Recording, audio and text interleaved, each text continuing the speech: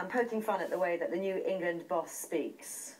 Yes, the question is, did it bother you really? Maybe it made you smile. That was the idea, I guess. The Sun, the FA actually wasn't amused, saying it was in poor taste, and the Press Complaints Commission has received more than 100 complaints. But the Sun remains defiant today. You got today's Sun, Charlie? Yeah, it's over here. And has returned to the issue on its front page. This is what it says. Yes, Wassie, and you can read for yourself there.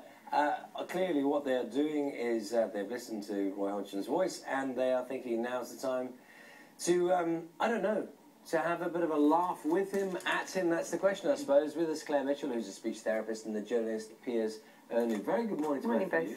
So, Piers, I mean, where do you stand on this? Is this the right way to go about welcoming the manager, and the way he speaks relevant at all? I think it continues a long and sort of noble tradition of poking gentle fun at the England manager. You know, Graham Taylor was a word mangler, and Sven-Göran Eriksson was a confused sort of Swedish professor, and Capello had selective memory when it came to the English language.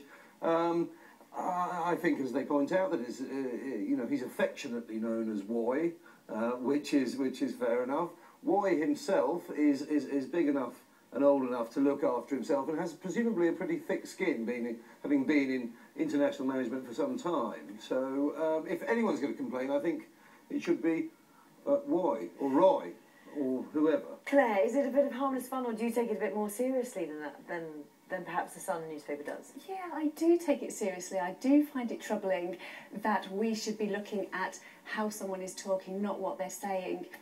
He's a very articulate, intelligent man. He communicates obviously very well, and I just find it troubling that we're sending a message out to people that it is actually okay to mock how people talk and not accept the content of what they're saying. Do you think it has that kind of impact? I mean, so you're a speech therapist, you deal with people and possibly the stigma they feel they have.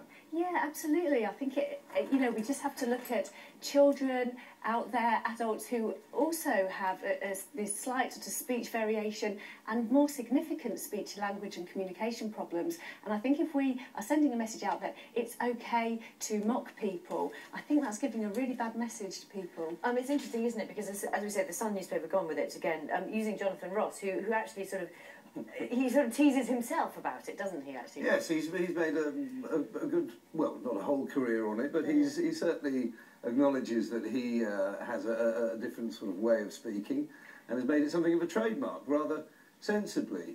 And, you know, I think Jonathan Ross is absolutely right. You know, we can't have a totally sterile, humourless, joyless environment where people are saying, oh, you know, you can't do that anymore.